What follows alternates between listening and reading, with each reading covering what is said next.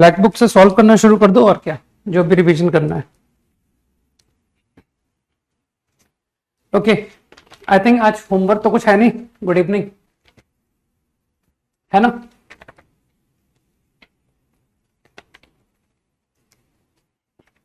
लिखो, प्रॉब्लम लिखो।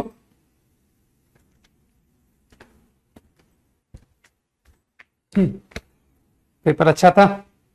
हम्म। अच्छा, डीई एक्सरसाइज 1 होमवर्क है। ओहो, श्योर, लाना भूल गया। आई थॉट कि आज कोई होमवर्क नहीं दिया। चलो अच्छा, पढ़ाई करते हैं। मैं थोड़ी देर में डी क्लास के एंड में डिस्कस कर लेंगे।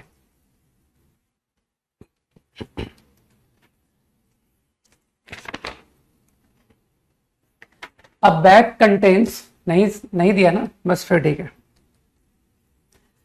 अ bag contains 6 balls. Okay, no homework today. लिखो, क्वेश्चन लिखो।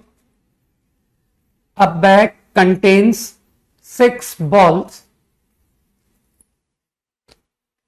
and it is not known of what colors they are.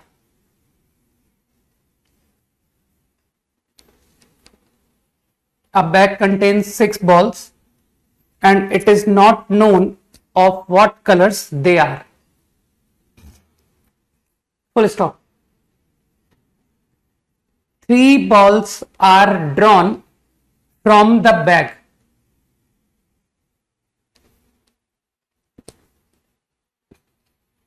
and found to be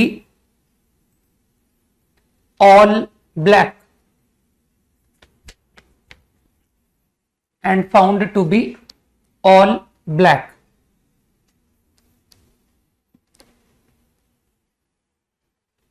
Find the probability that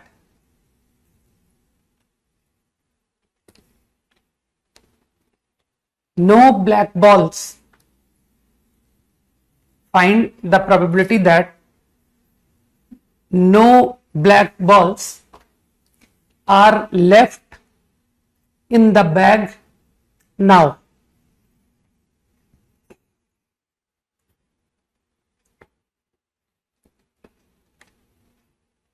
Full stop. Assume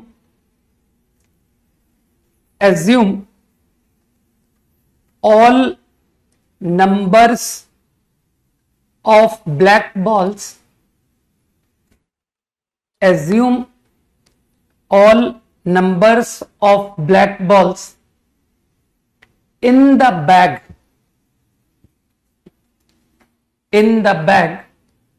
to be equally likely.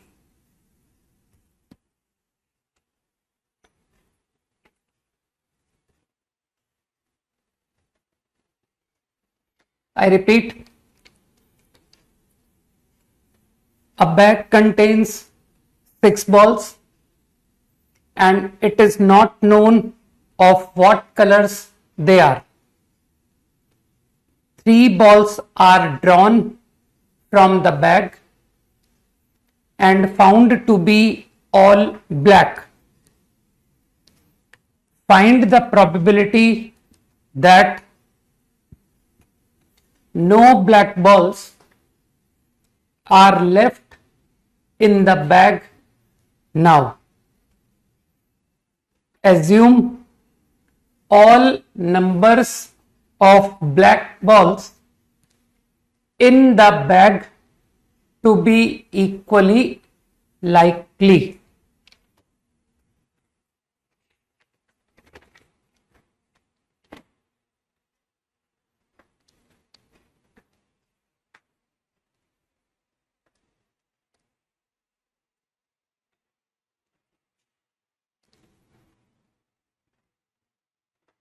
Pencil दो।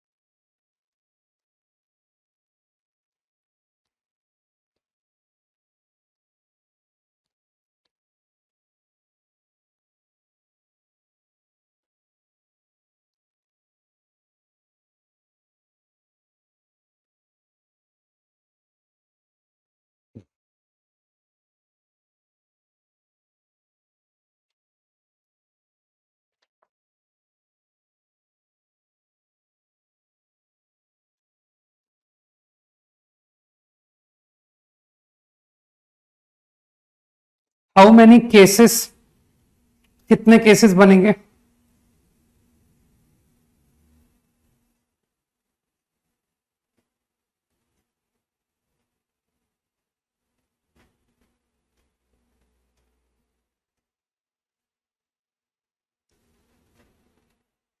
Answer नहीं चाहिए मेरे को, cases बताओ।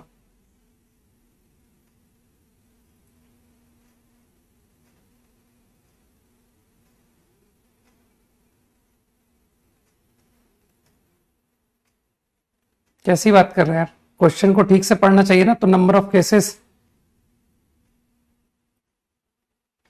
के सही रिप्लाई आएंगे।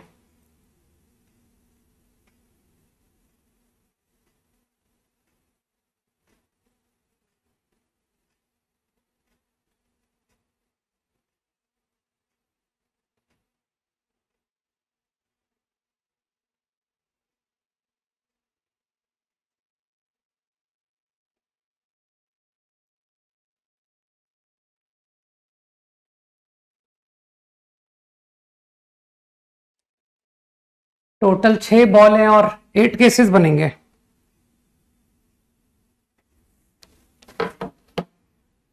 तो एटलीस्ट प्रॉब्लम का मीनिंग तो समझ चुके हो कि इट इज गिवन, है ना। है तो प्रॉब्लम कंडीशनल प्रोबेबिलिटी, मतलब लोग जो डीपली समझेंगे दे विल अंडरस्टैंड कि सर बेस थ्योरम का क्वेश्चन है। ये गिवन है कि 3 बॉल ड्रॉ किए और तीनों ब्लैक है, ये मुझे गिवन है। और क्वेश्चन में जो सैंपल स्पेस है, all number of black balls are equally likely. तो टोटल 6 बॉल्स, 6 बॉल्स ही है ना, तो total 7 cases, 0 black, 1 black, 0 black, 1 black, up to 6 black. और ये सारे केसेस इक्वली लाइकली है, इक्वली लाइकली।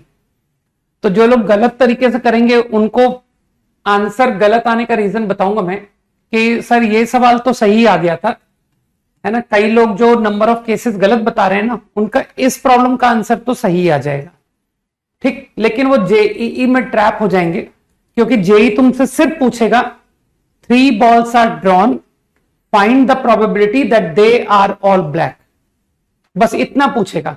तो वो बेसिकली तुमसे सिर्फ डिनोमिनेटर की प्रोबेबिलिटी पूछ रहा है। मैं आईआईटी की बात कर रहा हूं। तो जो लोग नंबर ऑफ केसेस गलत लिखेंगे उनका रॉन्ग हो गया, ठीक। ओके, एज यू सेड कि सर देयर आर 0 ब्लैक, तो अगर 0 ब्लैक है तो जो 3 बॉल ड्रॉ करूंगा वो इम्पॉसिबल है कि all 3 are black. If there is exactly 1 black then impossible, if exactly 2 black, impossible. Now if there are 3 black, so all 3 drawn are black, there are 4 black, लोग समझ पा रहे हैं, 5 black and 6 black. This is the probability 3 balls drawn are all black. Okay. Now numerator में तुम समझ पा रहे हो कि सर ये क्वेश्चन तो बेस थ्योरम था ना। अगेन तुम जानते हो कि मैं वेन डायग्राम बनाने में सीरियस नहीं होता, कि तुमसे ई इवेंट पूछा था all 3 are black, E event all 3 black. तो तुमको पूछा गया था कि इट इज गिवन कि ई हैपन, फाइंड द प्रोबेबिलिटी कि नो ब्लैक इज लेफ्ट। तो नो ब्लैक इज लेफ्ट तो तब होगा ना जब तुम्हारे बैग में 3 ब्लैक होंगे, है ना। तो अगर बैग में 3 ब्लैक है तो after drawing 3 there won't be left any black, any more black. तो इसका मतलब है तुमसे ये पूछा गया था, given that E happen, probability of B3 find करो। तो ऊपर तो समझते हो सर B3 इंटरसेक्शन ई, तो ये जो भी कैलकुलेशन होगा इज द राइट आंसर, ठीक।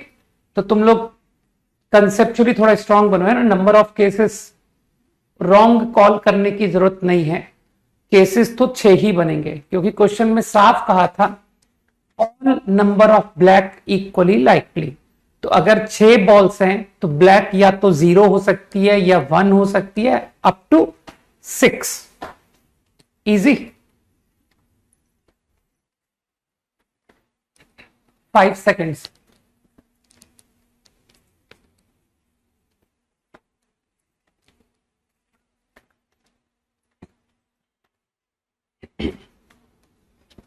कैसी बात कर रहा है आदित्य? हैं केस 1/7 कहां से आया?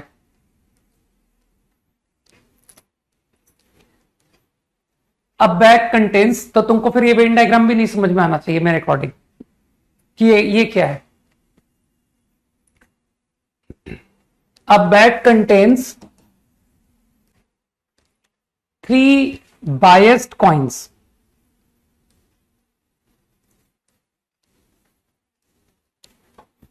A bag contains 3 biased coins, B1, B2 and B3.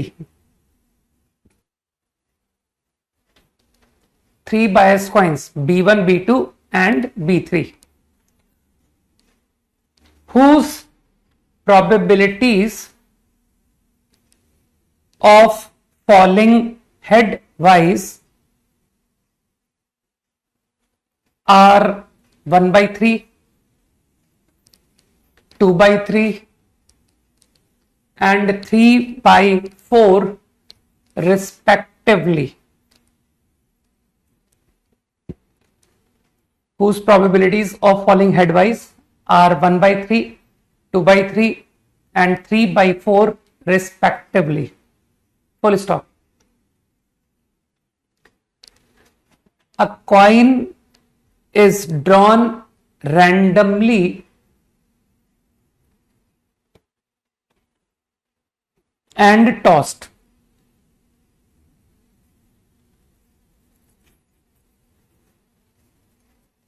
Fell headwise.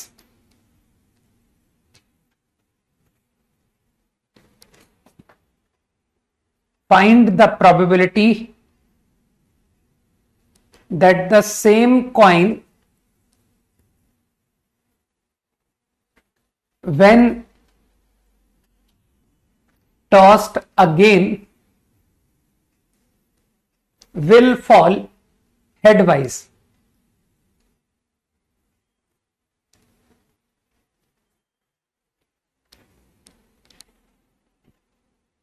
I repeat, a bag contains 3 biased coins, B1, B2 and B3, whose probabilities of falling headwise are 1/3, 2/3 and 3/4 respectively.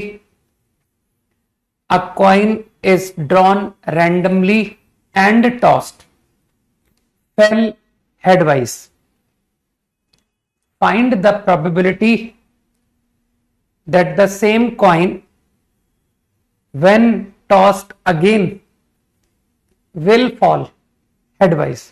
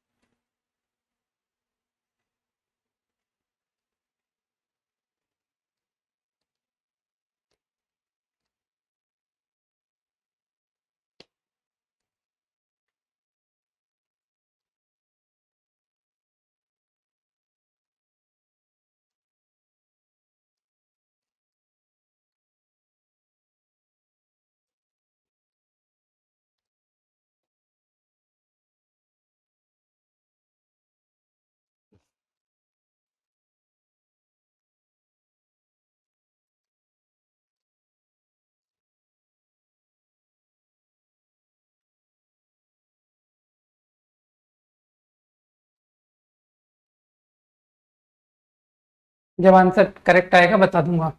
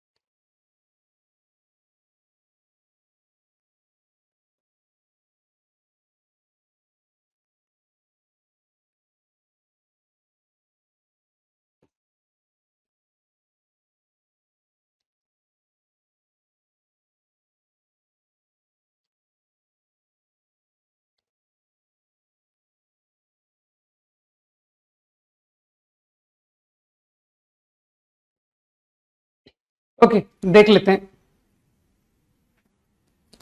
अगर problem का meaning थोड़ा deeply समझोगे तो कुछ ऐसा situation है कि तुम्हारे पास 3 कॉइन्स हैं, 1 2 3।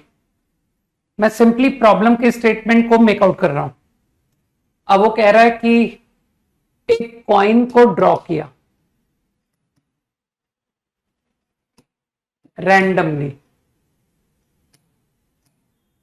ठीक, and tossed, it fall heads, head आया। अब वो कह रहा है कि दोबारा टॉस करूं सेम कॉइन,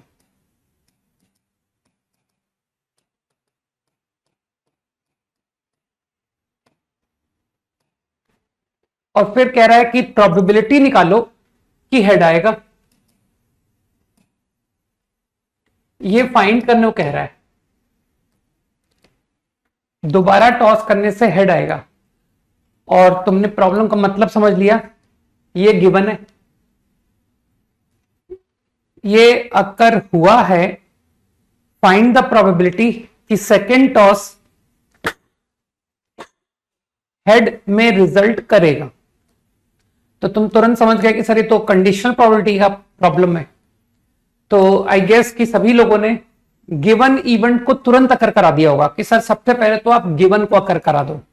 और गिवन का मतलब तो समझ ही चुके हो कि एक कॉइन को ड्रॉ करेंगे, फिर उसको टॉस करेंगे and it should be a head. तो B1 is drawn, probability given that B1 is tossed, it fall heads. Head की प्रोबेबिलिटी कितनी है? 1/3 है ना। Now B2 is drawn, same probability, it fall heads. And B3 is drawn, fall heads. ये आया, ठीक है। ये तो तुम्हारा गिवन इवेंट हो गया। अब तुम अगर फेवरेबल इवेंट पर दिमाग लगाओगे तो फेवरेबल इवेंट, क्योंकि यार गिवन के साथ में अकर कराना पड़ेगा ना कि sir first toss and second toss. तो तुमको लगा नहीं कि सर ऊपर न्यूमरेटर में लिखा जाएगा दोनों टॉस हेड आए, इंटरसेक्शन। अगर हम ए गिवन बी लिखते हैं तो तुम तो जानते हो ना, नीचे पी बी ऊपर ए इंटरसेक्शन बी, यही थॉट तो होता है। तो तुम कॉमन सेंस से नहीं सोच पाओगे कि सर लिखिए ऊपर B1 selected, B1 is tossed and first and second both head. बुद्धि लगाओ। या फिर B2 is tossed, same 1/3, first and second both head. Probability मैंने सही तो लिखी थी ना, B1 B2 B3 की, 1/3 2/3 3/4, हाँ सही लिखी थी।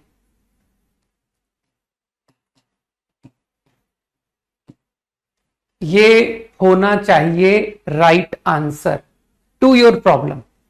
हालांकि मैं तुमको बहुत ही डिफिकल्ट टेक्निकल लैंग्वेज में भी प्रॉब्लम को एक्सप्लेन कर दूंगा, लेकिन मैंने कहा ना, लोग बहुत हाई शॉट मतलब नोटेशंस को बगैर समझे हुए भी सवाल को सही कर लेते हैं कि सर हमने तो बहुत इनोसेंटली आपके गिवन को अकर करा दिया और ये आपके फेवरेबल का ध्यान रख लिया कि दोनों में हेड आना चाहिए, ठीक है ना। तो इसका आंसर सिंप्लीफाई करने से आता है 23/36, है ना। जो लोग करेंगे वो लोगों का फाइनल आंसर ये आता है, ठीक। तो अगर मैं तुमको थोड़ा टेक्निकली समझाने की कोशिश करता हूं, जो लोग समझ जाएं वेरी गुड, जो लोग ना समझे इग्नोर, है ना, कि सर नो नीड, ठीक। बाकी जिनको अच्छी रैंक लानी है दे विल कॉन्सेंट्रेट।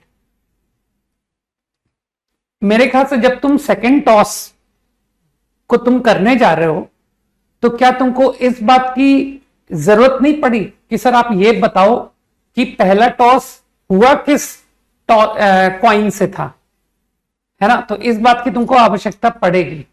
तो एक्चुअली ये क्वेश्चन को अगर लैंग्वेज दी जाए ना तो ये डिफिकल्ट लैंग्वेज में जाएगा कि सर ये पता है इस प्रॉब्लम में आपकी बेस थ्योरम भी लगेगी और टोटल प्रोबेबिलिटी भी लगेगी। कोशिश करना समझने की क्या बता रहा हूं। First toss is head, it is B1 coin, it is B2 coin, it is B3 coin. First toss is head, H। ठीक, चलो H1 लिख देता हूं, ठीक है। तो मैंने क्या किया, तुम इतना तो समझ ही रहे हो कि सही इस क्वेश्चन में H1 को तो आपको अकर कराना ही कराना है। H1 गिवन है क्वेश्चन में कि हमने कॉइन को ड्रॉ किया रैंडमली और टॉस किया एंड इट फॉल हेड्स। तो मैं प्रोबेबिलिटी निकालने जा रहा हूं, knowing that it is head, what is the probability, it was B1 coin, I am going to obtain that. सही, तो तुम समझ गए कि सर फट से बेस थ्योरम की मदद से लिख दो 1/3।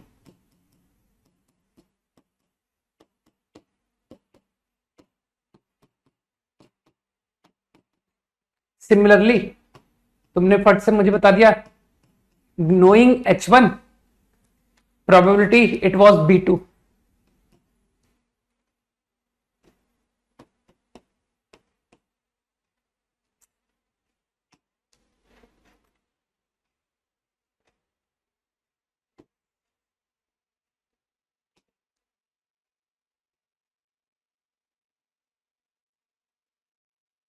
स्पेस ज्यादा ले लेगा ना।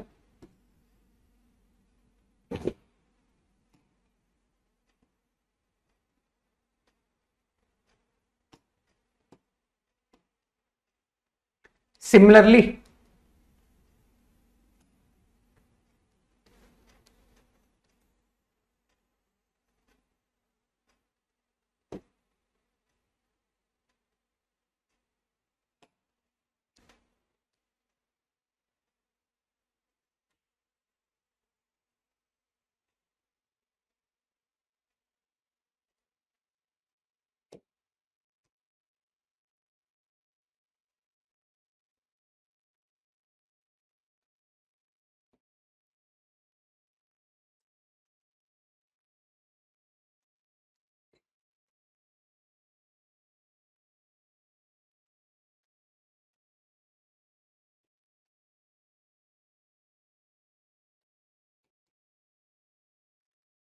ये बात ठीक है, ठीक है।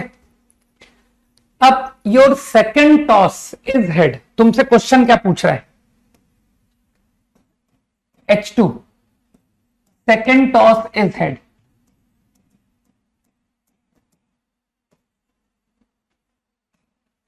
ये फाइंड करना है, find the probability of H2, ठीक है। तो कुछ लोग समझदार समझ गए कि सर जो H2 है इसका अक्रेंस अकॉर्डिंग टू प्रॉब्लम इसमें से किसी एक इवेंट के साथ होगा, given that first toss is head, it was B1 coin, ठीक है ना, because I have to toss the same coin, right, same coin result in head again. तो हटा देता हूं इसको, है ना, इसका काम तो खत्म हो गया ना। तो आई गेस नाउ ये जो H2 है इसका occurrence along with, it will happen with, इसको कुछ शॉर्ट नेम दे देते हैं यार कि सर E1 बोल दीजिए। It either occur with this और सिग्मा 1 से 3। कुछ लोग समझ गए मेरी बात को कि सेम कॉइन टॉस्ड अगेन के लिए तुमको पीछे का बैकग्राउंड भी तो पता होना पड़ेगा कि which was the coin tossed. तो मुझे लगता है कि नाउ यू अंडरस्टैंड कि प्रोबेबिलिटी ऑफ दिस इनटू, तो प्रोबेबिलिटी ऑफ दिस कॉपी,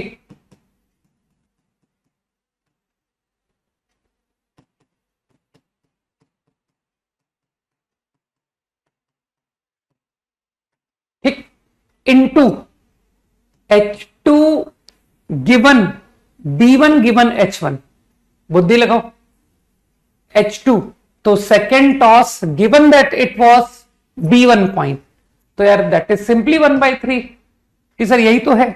अगर आप B1 कॉइन को टॉस करोगे तो सेकेंड टॉस भी हेड आने की प्रोबेबिलिटी यही तो है। तो मुझे लगता है अब तुम समझ गए, राइट? तो जिस बात को हम लोगों ने बहुत लाइटली कर लिया था, उसी बात को थोड़ा डिफिकल्टी से भी समझा जा सकता था, है ना?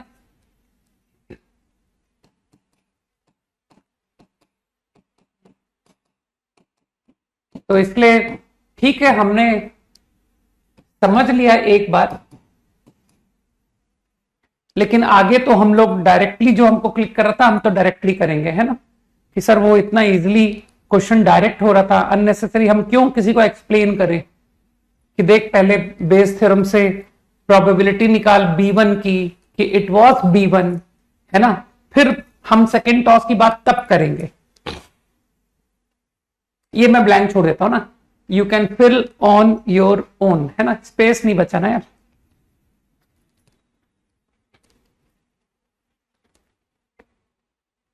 Ten seconds quickly.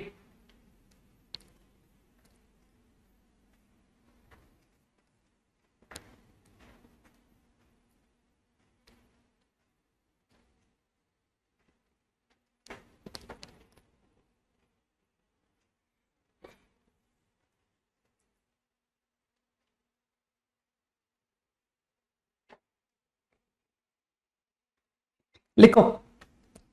तो अब मैं तुम लोग को फोर्स नहीं करूंगा कि इतना डिफिकल्ट लैंग्वेज तुमको एक्सप्लेन करने की जरूरत है, नो नीड। जैसे मैंने पहले सॉल्यूशन दिया था, तुमने देखा होगा कि सर आपने तो एक फ्लो डायग्राम बना के ही प्रॉब्लम निपटा दिया, तो तुम भी कर सकते हो, no problem at all. A bag contains 6 red and 4 white balls. A bag contains 6 red and 4 white balls. Full stop. 4 balls are drawn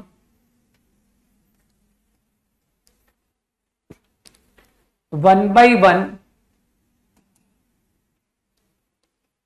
without replacement.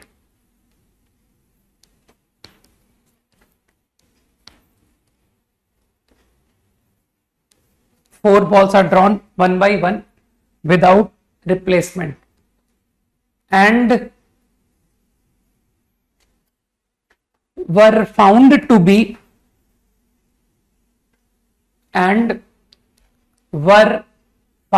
be at least 2 white, at least 2 white. Full stop. Find the probability that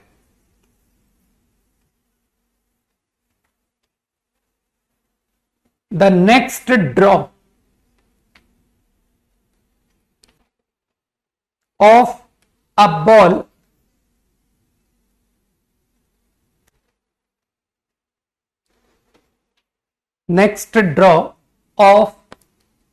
ball from this bag will give a white ball. Will give a white ball. I repeat, a bag contains 6 red and 4 white balls. 4 balls are drawn one by one without replacement and were found to be at least 2 white.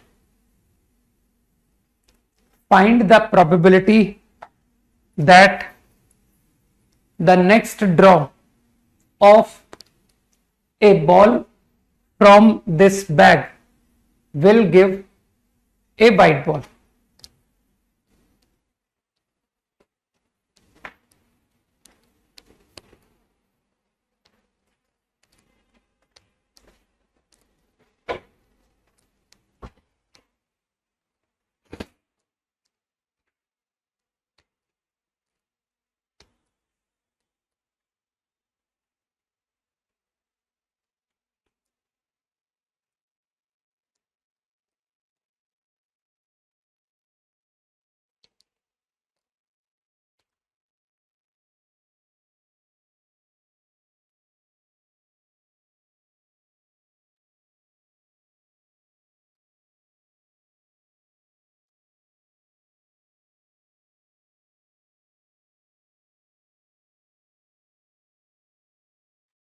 Answer निकालो यार।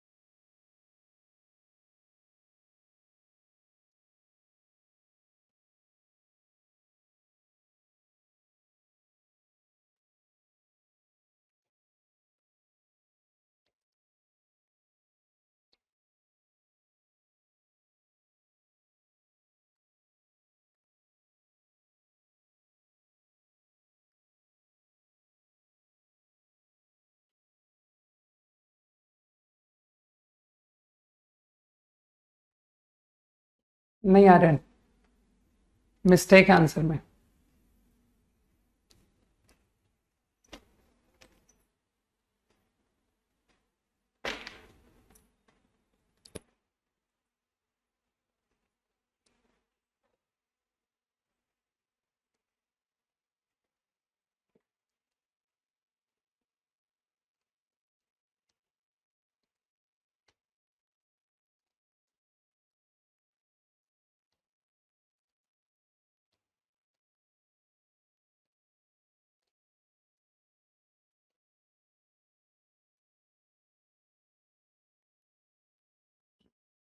Okay, 6 red and 4 white है ना, और फिर कितने ball drop किए?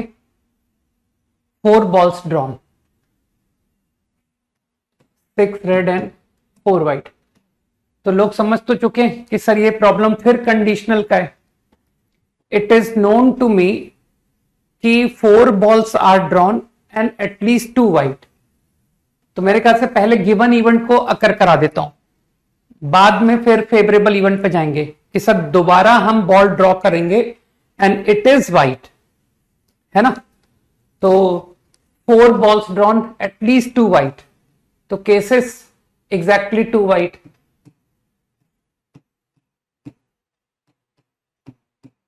Exactly 3 white,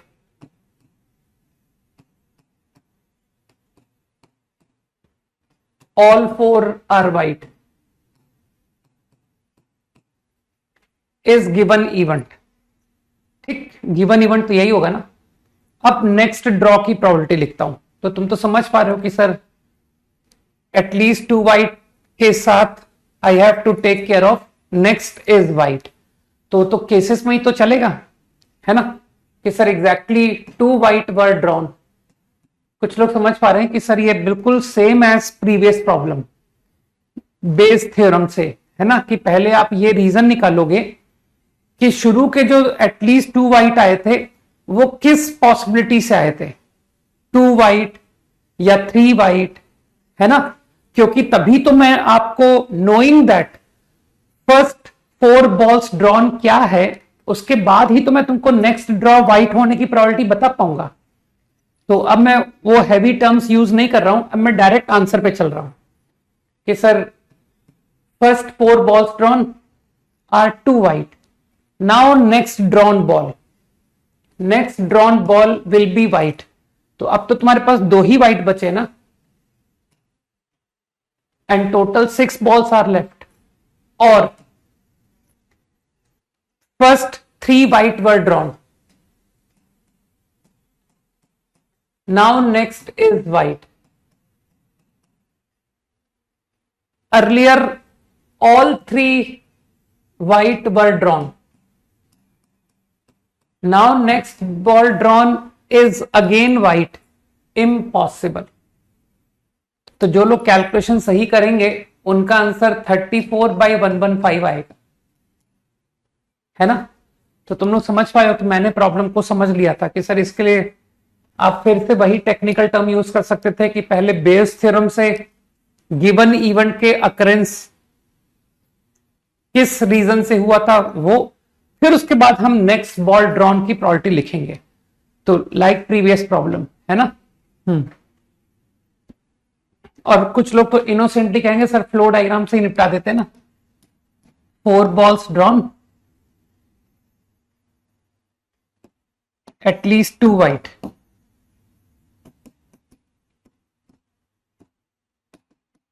ये मुझे गिवन है। और फिर next ball drawn, 1 more ball drawn.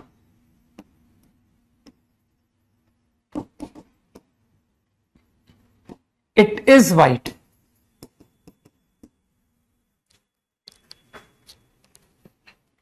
ये हुआ है, इसकी प्रोबेबिलिटी निकालो, ठीक है ना।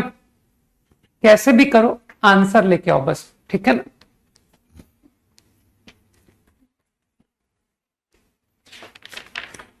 Ten seconds quickly.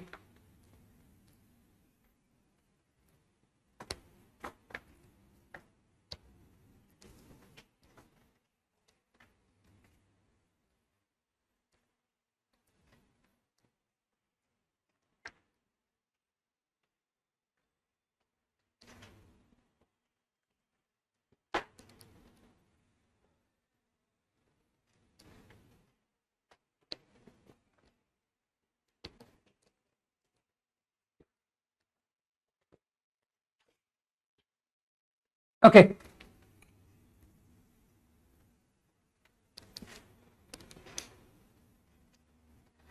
A bag initially contains 1 red and 2 blue balls.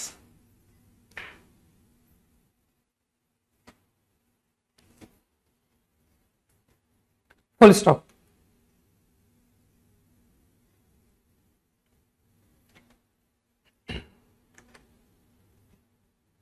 A trial consists of, हाँ 1 by 1 दिव्यांशु 1 by 1 भी करते हैं ना तो भी यही आता, क्योंकि अगर दिव्यांशु तुम 1 by 1 को मल्टीप्लिकेशन थ्योरम से करते कि सर वो पहला वाइट दूसरा वाइट 4/10 है ना। चलो मैं इस केस की बात करता हूं कि सर 1 by 1, तो 1 by 1 में भी तुमको लगता नहीं कि सर हम एक एक करके करते तो केसेस बनते, पहला वाइट दूसरा वाइट तीसरा रेड और फोर्थ, ये कहलाती है मल्टीप्लिकेशन थ्योरम। सही है ना दिव्यांशु। अब तुमको लगता नहीं दिव्यांशु कि ये तो मैंने एक ऑर्डर माना था, first is white second is white third is red fourth is red, लेकिन ऐसे नंबर ऑफ केसेस होंगे, है ना, और हर केस को तुमको अकाउंट में लेना पड़ेगा। तो तुमको लगता नहीं सर इसमें नंबर ऑफ केसेस 4C2 होंगे। सही कह रहा हूं दिव्यांशु। तो क्या तुमको ये बात क्लिक नहीं की कि सर अगर मैं डायरेक्टली इस तरह से लिख दूं तो इसमें ऑलरेडी ये जो केसेस हैं ऑलरेडी अकाउंट में आ जाएंगे, क्योंकि बस मैं इतना जानता हूं कि 2 व्हाइट और 2 रेड हैं, they may be in any order. तो अगर मैं डायरेक्टली प्रोबेबिलिटी इस तरह से लिखता बजाय इस तरह की, तो फिर तुम समझ रहे हो ना, तो भी सेम ही आंसर आता। बुद्धि लगाओ कि सर वो IIT problem, IIT, ITI, TII, तो ऑर्डर मेरे लिए सिग्निफिकेंट था ही नहीं ना। तो तुमने तो मल्टीप्लिकेशन थ्योरम से एक एक की प्रोबेबिलिटी लिखवाई है, तो एक एक की प्रोबेबिलिटी लिखवाई है, तो फिर तो और केसेस की भी तो बात करनी पड़ेगी कि सर हो सकता है पहला व्हाइट ना हो, पहला रेड हो, तो फिर उन सबको जोड़ोगे ना तो 4C2 नंबर ऑफ केसेस आएंगे भाई। तो मेरे ख्याल से तुम बात समझ जाओगे कि सर 1 by 1 भी लिखा होता मैंने तो भी आंसर तो सेम ही आएगा, ठीक है ना, यही आएगा।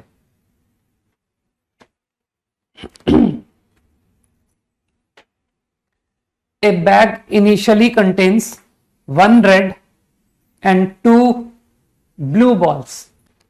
Full stop. A trial consists of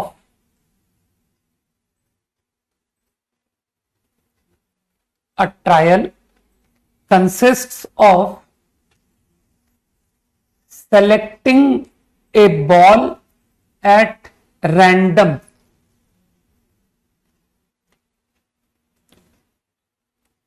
Selecting a ball at random, noting its color,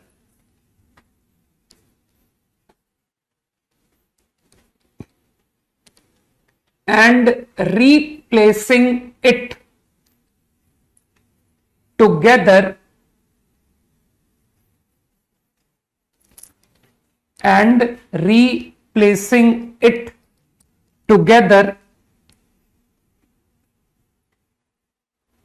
with an additional ball of the same color.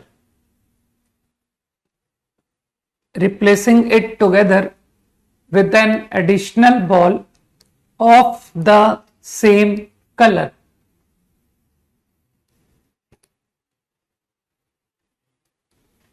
Full stop.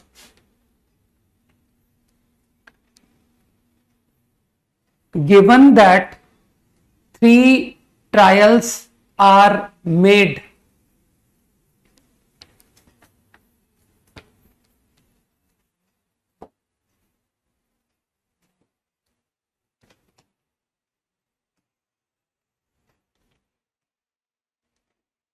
find the probability that part 1,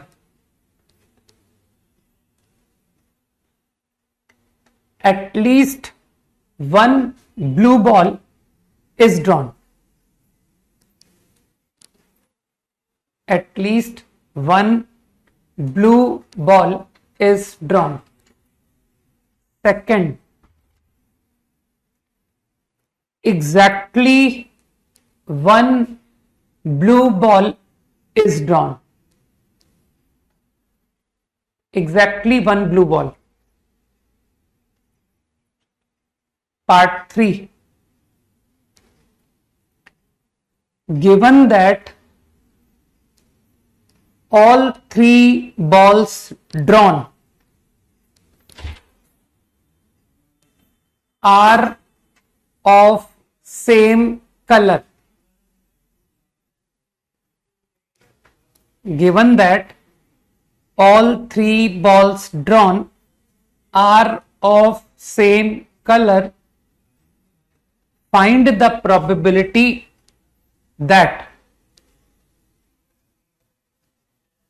they are all red.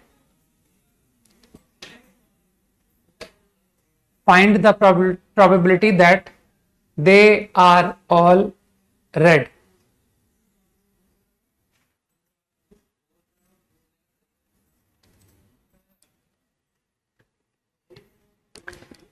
I repeat quickly.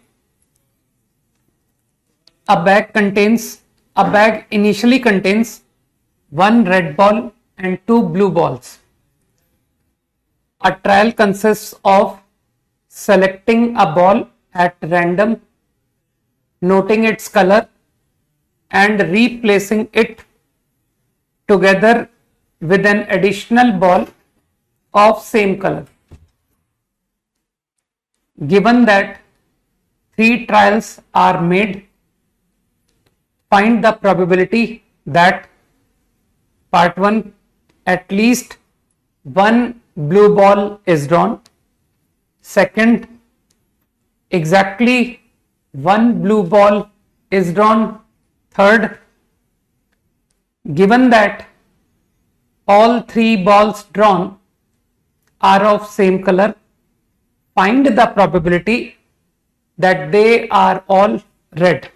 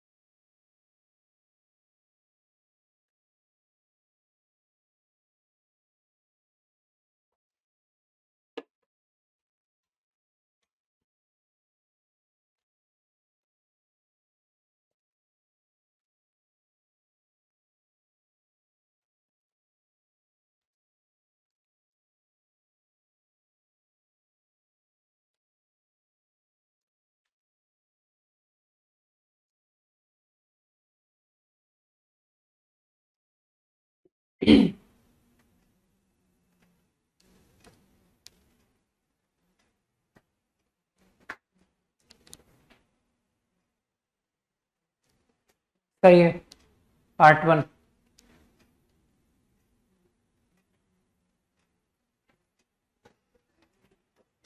तीनों के answer आ जाए तभी करना answer, ठीक है।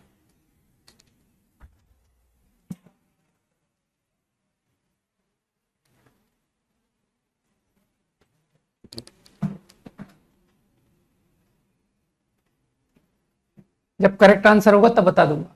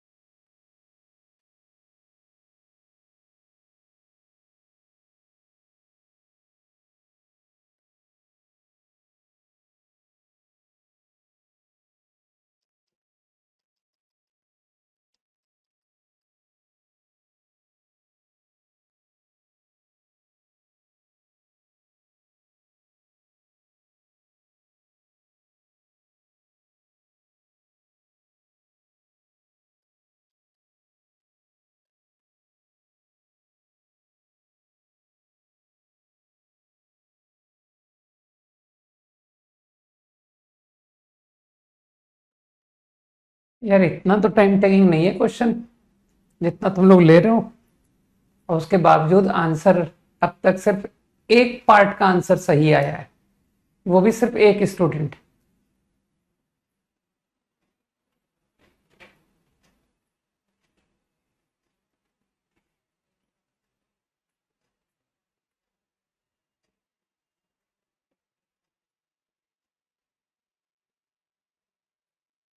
नहीं, अरे अभी तक एक भी बताया ना, जिसका आंसर सही है उसका कॉल कर दूंगा।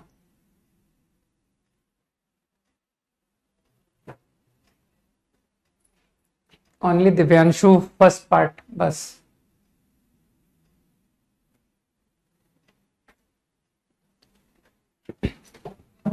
चलो लिखते हैं, हटाओ। हाँ ठीक है ऋतुराज। आर्यन, आर्यन आंसर्स में कुछ मिसमैचिंग की है क्या ऑप्शंस में? उदित करेक्ट, देखना पार्ट्स शायद गलत लिखे हैं क्या।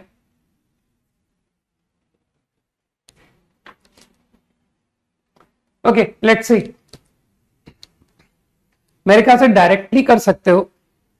1 रेड एंड 2 ब्लू है ना, तो क्वेश्चन का मतलब तो समझ ही लिया है कि सर बिल्कुल कॉमन सेंस टाइप का प्रॉब्लम है। एक बॉल ड्रॉ किया, नाउ एटलीस्ट 1 ब्लू, तो लोगों ने डायरेक्टली कर दिया होगा कि सर 1 माइनस नो ब्लू, है ना। अदरवाइज कितने केस बनाओगे भाई कि exactly 1 is blue, exactly 2 blue, exactly 3 blue. तो I am going for 1 minus no blue, तो ऑल रेड। पहली ball red, 1/3, first is red, now second is red, तो कंडीशनल प्रोबेबिलिटी जाएगी भाई second is red given that first was red. तो तुमने question को तो पढ़ा है, रेड ड्रॉ हुआ, तुमने रेड को वापस रख दिया अलोंग विथ 1 मोर रेड, तो अब मेरे ख्याल से 2 रेड हो गए and 4 total balls. Now third is again red, तो फिर से तुमने जो रेड ड्रॉ किया उसको वापस रख दिया विद 1 मोर रेड, तो next ball drawn is red, 3/5, given that what was your first, है ना। तो यह आंसर 9/10 आता है। कुछ लोग समझ पा रहे हैं कि सर आप इवेंट्स में बता सकते हो कि ये फर्स्ट इज रेड की प्रोबेबिलिटी है, आप ये सेकंड इज रेड की प्रोबेबिलिटी है given that first was red, ये थर्ड इज रेड की प्रोबेबिलिटी है given that first and second were red, है ना। जिसको मल्टीप्लिकेशन थ्योरम आती है वो समझ पा रहा है, इजी। तो मैंने तो simply all red, first is red and second is red and third is red. Second part exactly 1 blue, तो इसमें केस बनेगा ब्लू रेड रेड, क्योंकि मैं मल्टीप्लिकेशन थ्योरम से जा रहा हूं। First is blue, second is red, third, और रेड ब्लू रेड, और रेड रेड ब्लू। मेरे ख्याल से बात समझ आनी चाहिए। तो I guess first is blue 2/3, next will be red 1/4, खुद सोचना नेक्स्ट विल बी रेड 1/4 क्यों, थर्ड विल बी रेड 2/5, है ना, और first is red, second is blue. आराम से इस बारे में सोचना कि सेकंड इज ब्लू क्यों 2/4, third is red,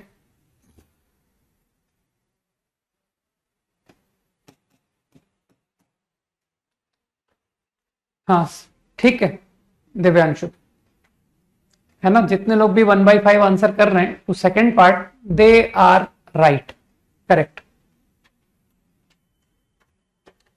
first is red, second is red, third is blue,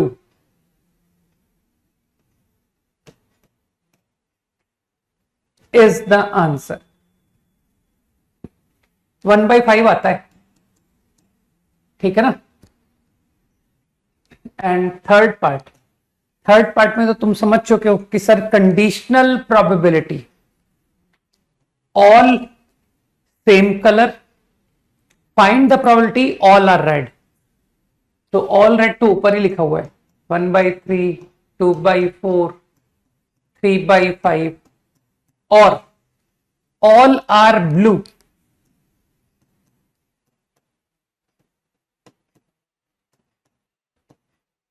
all are blue, सही है ना।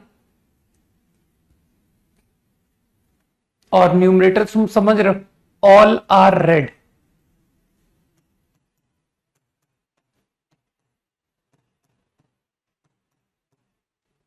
तो इसका भी आंसर 1/5.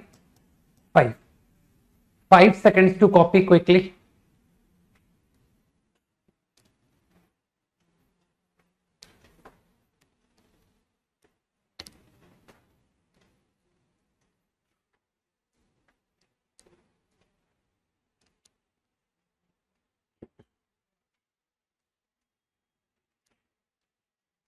ये एसी टेम्परेचर बढ़ा है, ठंडा हो गया.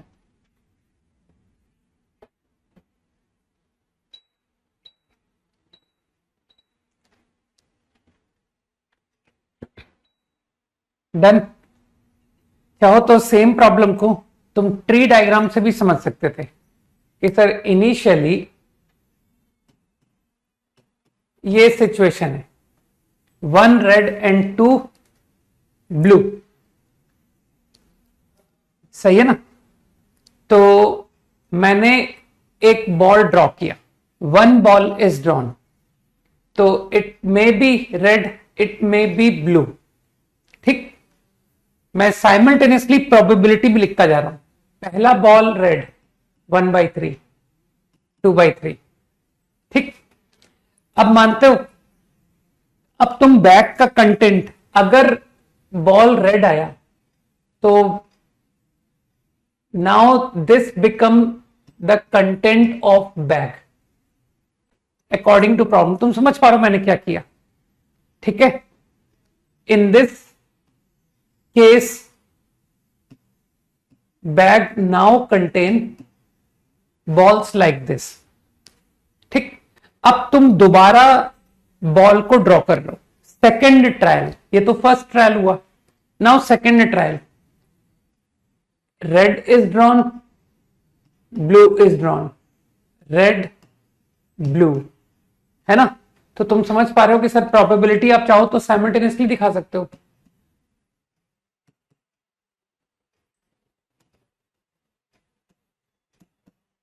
ठीक. 2 ट्रायल हो गए. अब मुझको फिर से बॉल ड्रॉ करनी है, तो बैग का कंटेंट फिर से दिखाओ कि sir in this case your bag now will contain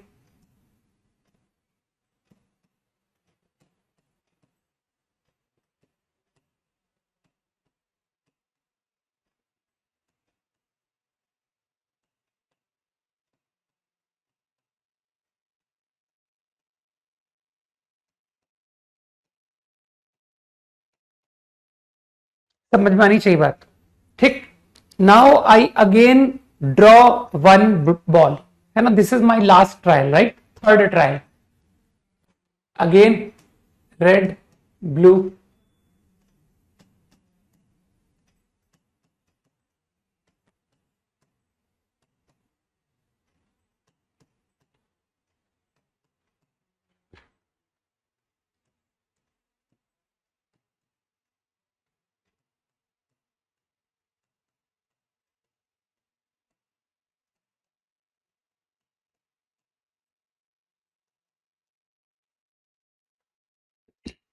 तो हालांकि मेरी तरफ से दिखाने की आवश्यकता कोई खास थी नहीं कि सर इतना तो छोटा प्रॉब्लम है, क्या हम इतना दिमाग में रिटेन नहीं कर पाएंगे कि पहली बॉल रेड आई है तो आगे दोबारा बॉल ड्रॉ करोगे तो बैक का कंटेंट क्या हो चुका होगा. है ना. तो बगैर ट्री डायग्राम के तुम कर सकते थे. ठीक.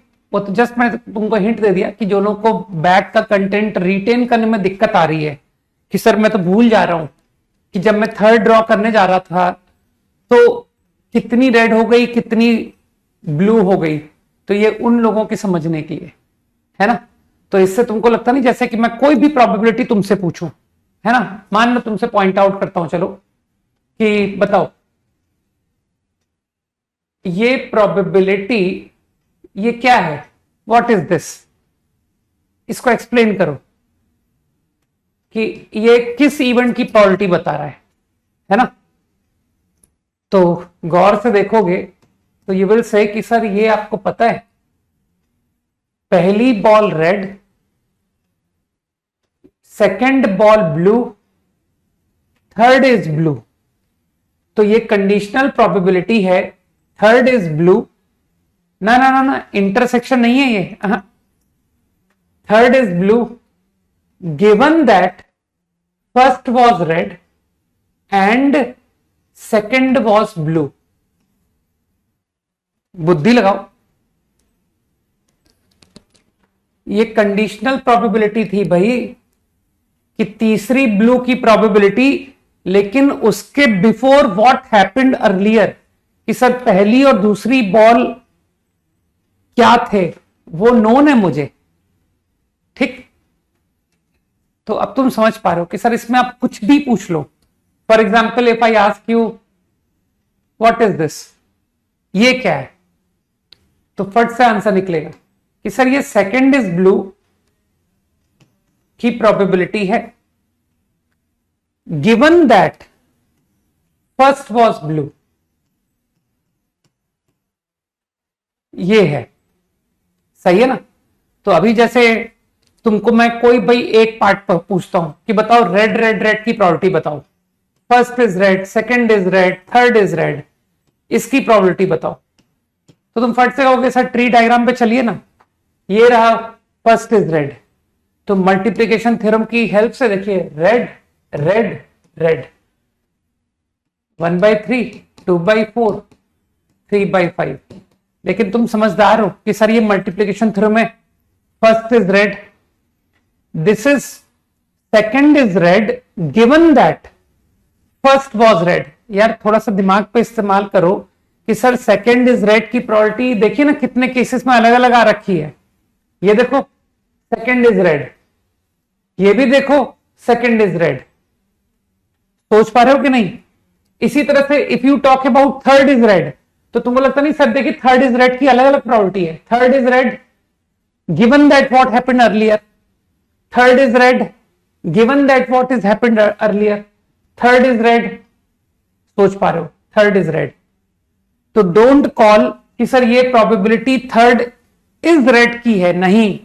तुमको ये बताना पड़ेगा ये third is red given that what was your first and second, है ना. तो जो समझदार लोग हैं वो समझ रहे हैं कि सर ये मल्टीप्लीकेशन थ्योरम ही तो लगानी है.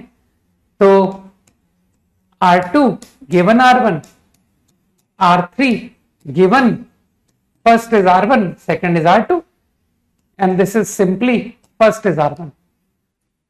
तो तुमको तो मल्टीप्लीकेशन थ्योरम अच्छे से आती है भाई, most important theorem in probability. Otherwise तो सारे सवाल क्या पीएनसी से करने हैं कि सर फेवरेबल गिनेंगे टोटल गिनेंगे, है ना. तो प्रोबेबिलिटी में कुछ थ्योरम्स तुमने सीखी है ना यार. देखो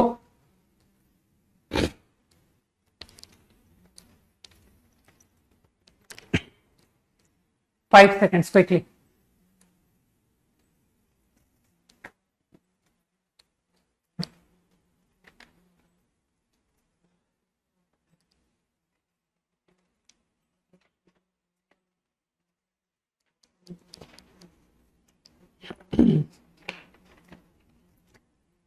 लिखो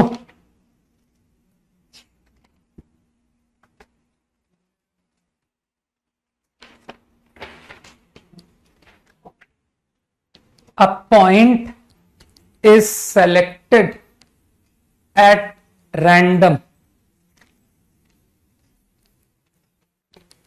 A point is selected at random inside an equilateral triangle.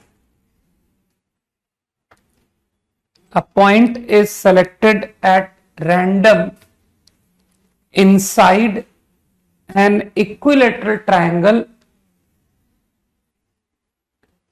whose side length is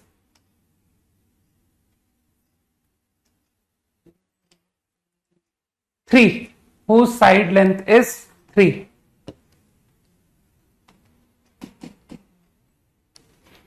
Find the probability that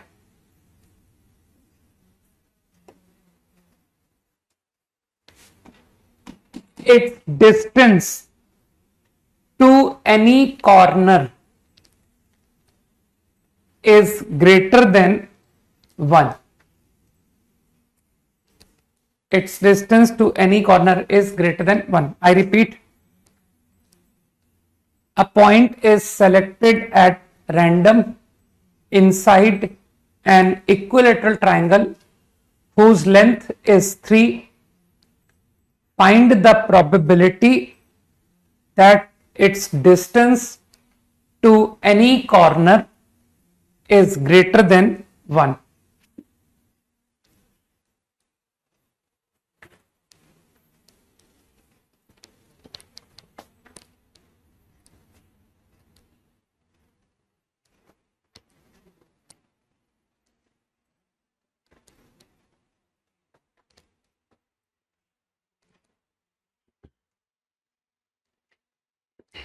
DE की एक्सरसाइज 1 बहुत हल्की है ना?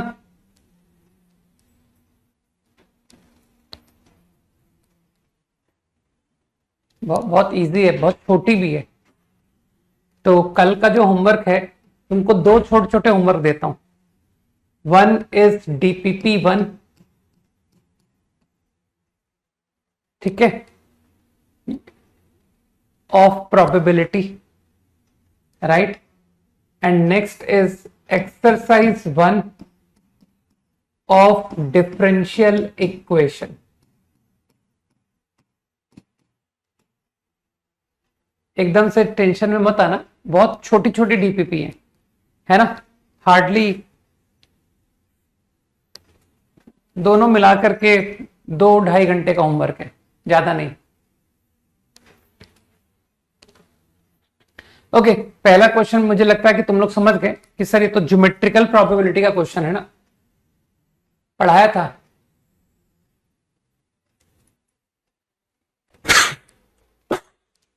इनिशियल लेक्चर में बताया हुआ है ना, तो देख लेते। Triangle ABC equilateral, point is randomly selected inside it, तो तुमको पता है कि सर एरिया लेना पड़ेगा, है ना? Area of triangle is total, ठीक, ये पूरा area. And what is the favourable distance from corner, तो मेरे ख्याल से कॉर्नर का मतलब समझ रहे हो, वर्टिसेस। तो वर्टिसेस नहीं होगा, चिंता मत करो, ग्रुप में डाल दिया मैंने, ठीक है ना? That is in the group only, it will not be uploaded. Okay, distance 1 from corner, तो लोग समझ गए कि सर ये है फेवरेबल, ये फेवरेबल, सही है। तो एक काम करूं मैं, 1 माइनस, एक ही बात है ना कि सर 1 माइनस ये 3, है ना? तो मेरे ख्याल से एरिया अपॉन एरिया तुमको ज्ञान है प्रोबेबिलिटी का, तो I think sector area half radius is 1 half r square theta, ये तीनों equal area into 3 upon total, total तो इक्विलेटरल का एरिया √3/4 a square is the right answer. Okay, next.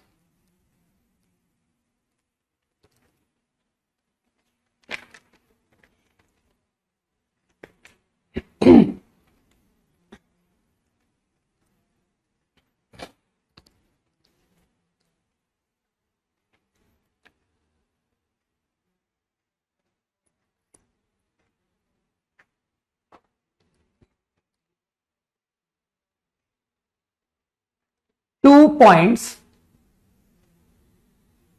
are picked at random on the unit circle. Two points are picked at random on the unit circle. Unit circle से मतलब समझते हो?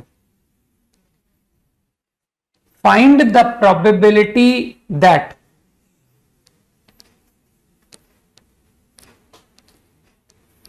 chord joining the 2 points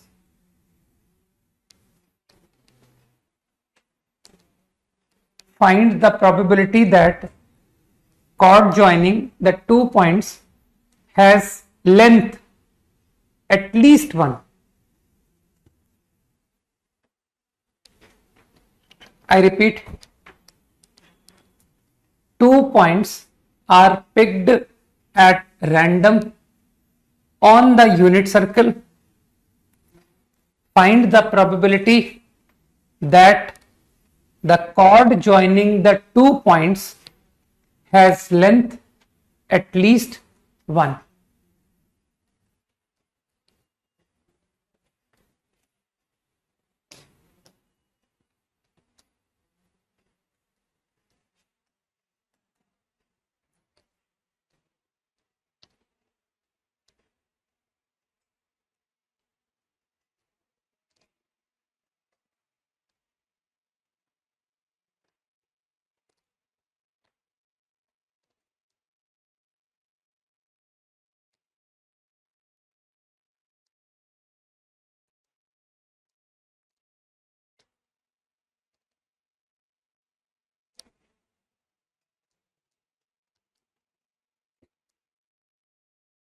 ठीक है Aryan.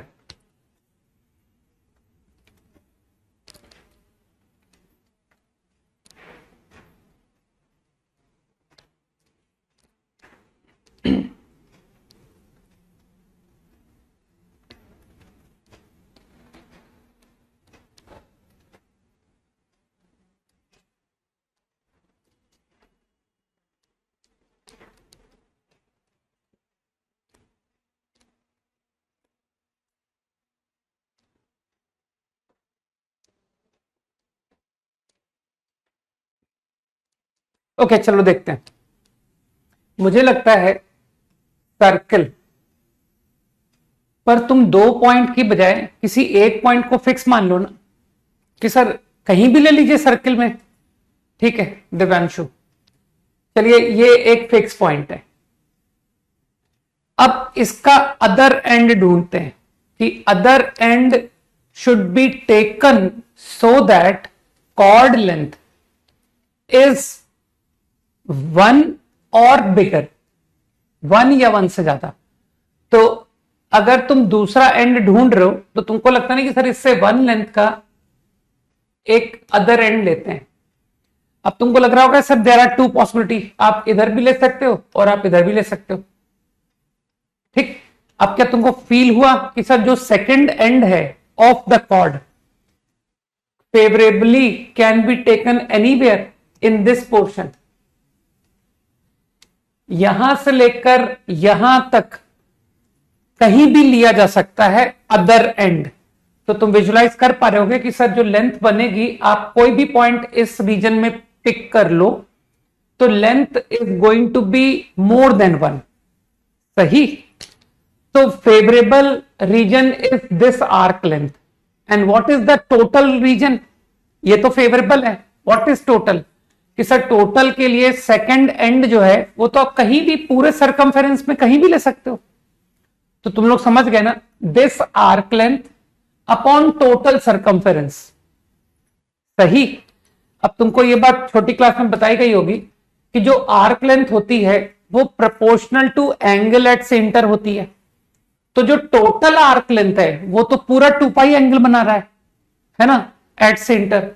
And what is this favourable arc length, तो यार थोड़ी सी बुद्धि लगानी पड़ेगी, मामूली ज्योमेट्री 10th क्लास की, कि सर आपने रेडियस 1 बोला था ना, तो ये देखिए ये इक्विलेटरल ट्राइंगल बन गया, तो ये एंगल π/3 हो गया। इसी तरह से ये भी π/3 हो गया क्योंकि ये भी इक्विलेटरल है। तो समझ गए ना कि सर ये जो आर्क लेंथ है ये सेंटर पर 4π/3 एंगल बना रहा है। तो मुझे लगता है probability is 4π/3 upon 2 pi.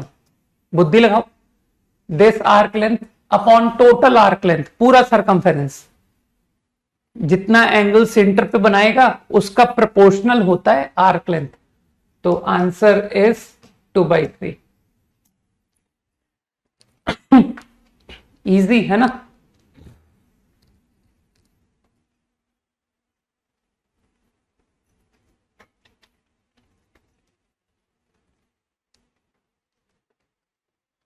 Beginning theory में बताया था मैंने, है ना, कि probability length upon length, area upon area, volume upon volume, beginning lecture में बताया हुआ है कि तुमको कभी कभी प्रोबेबिलिटी इस तरह से भी लेनी पड़ सकती है।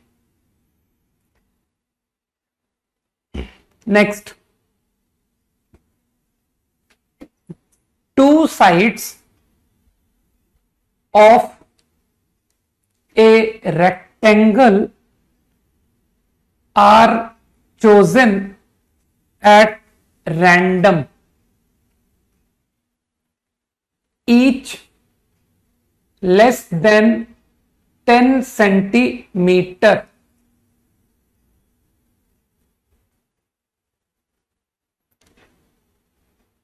The sides of a rectangle are chosen at random, each less than 10 centimeter. All such lengths being equally likely. All such lengths being equally likely. Full stop.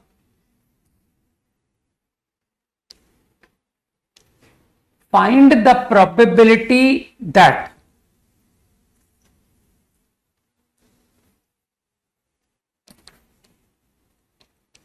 diagonal of the rectangle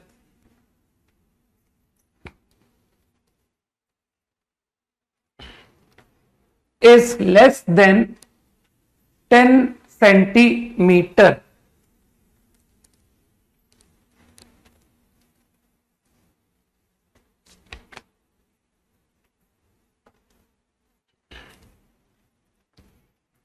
एक fast repeat कर देता हूं। The sides of a rectangle are chosen at random, each less than 10 centimeter. All such lengths being equally likely. Find the probability that the diagonal of the rectangle is less than 10 centimeter.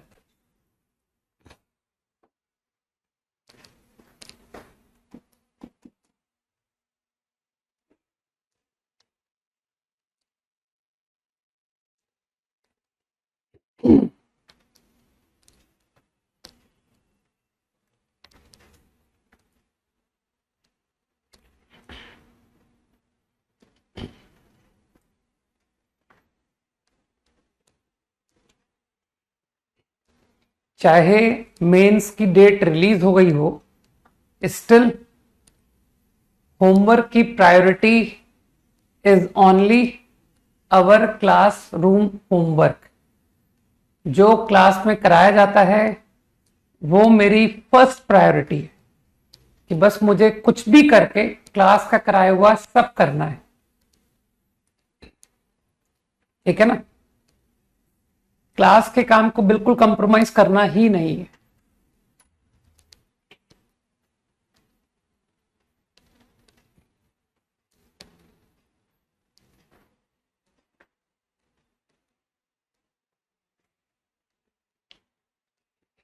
ठीक है उदित।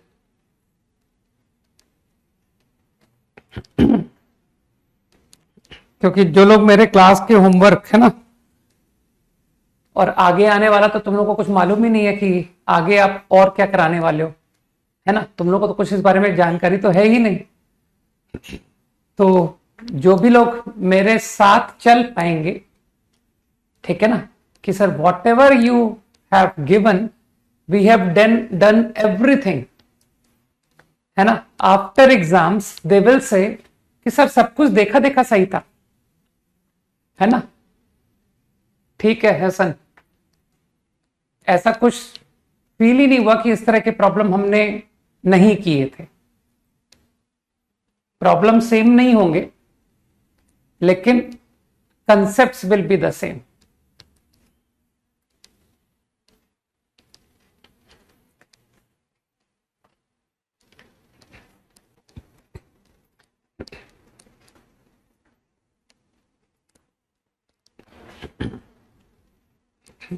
तुम लोग को मालूम होना चाहिए कि अभी मैं खुद भी कराऊंगा, जो भी तुम कॉल कर रहे हो, है ना, आपकी बुक्स वो खुद मैं भी कराऊंगा।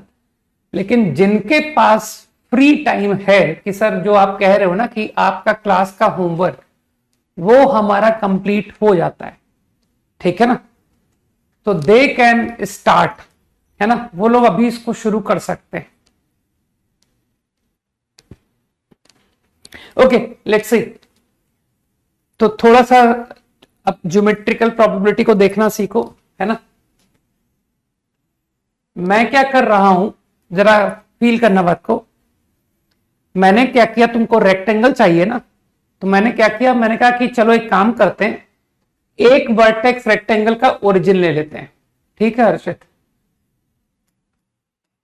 और जो दो साइड्स हैं, टू साइड्स, उनको पॉजिटिव एक्स एक्सिस और पॉजिटिव वाई एक्सिस पर रखते हैं, ठीक। अरे मैं रेक्टेंगल कहीं भी बनाऊं, तुमको उससे क्या फर्क पड़ता है ना, तुमको बस रेक्टेंगल से मतलब होना चाहिए कि हाँ सर सारे रेक्टेंगल लेस देन 10 लेंथ के आपने कवर कर लिए, सही है ना। फाइन।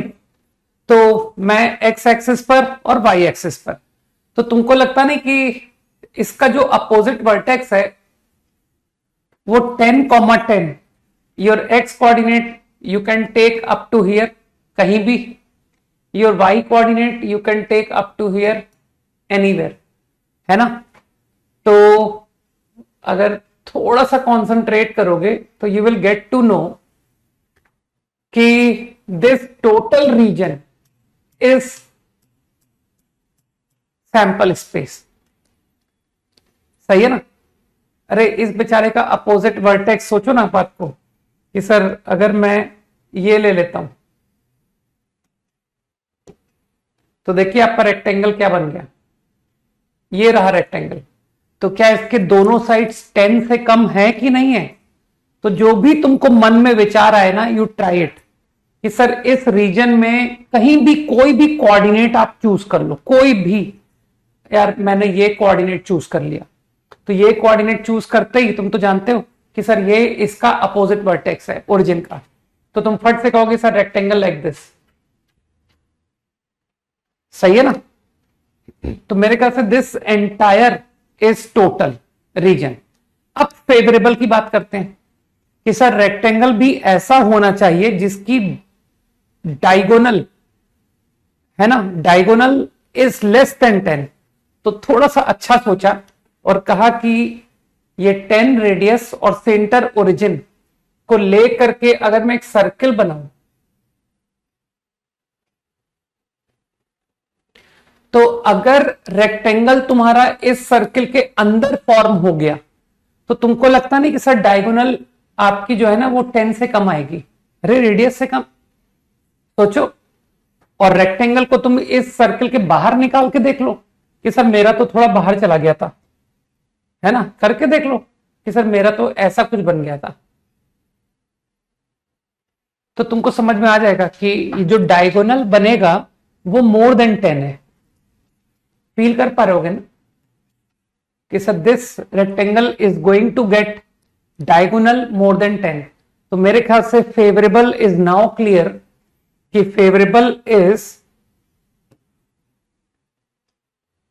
दिस रीजन, ये पूरा रीजन फेवरेबल है। तो समझ गए ना, 1/4 circle is favourable and total square is total, है ना। तो कितना हुआ,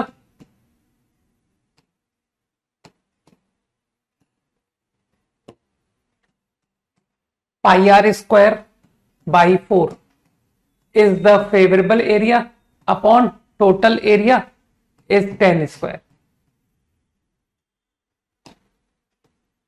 तो probability is pi by 4। Easy. और भी थोड़े प्रॉब्लम्स हम लोग करेंगे, है ना। कल कुछ एक ज्योमेट्रिक प्रोबेबिलिटी करा दूंगा और थोड़ा सा तुमको क्या कहते हैं स्टैटिस्टिकल प्रोबेबिलिटी, है ना, रैंडम वेरिएबल। तो tomorrow we will end finish probability. ठीक है, तो कल खत्म करते हैं। होमवर्क बता दिया मैंने, दिस इज द होमवर्क। ठीक है, चलो भाई, बाय, जय हिंद।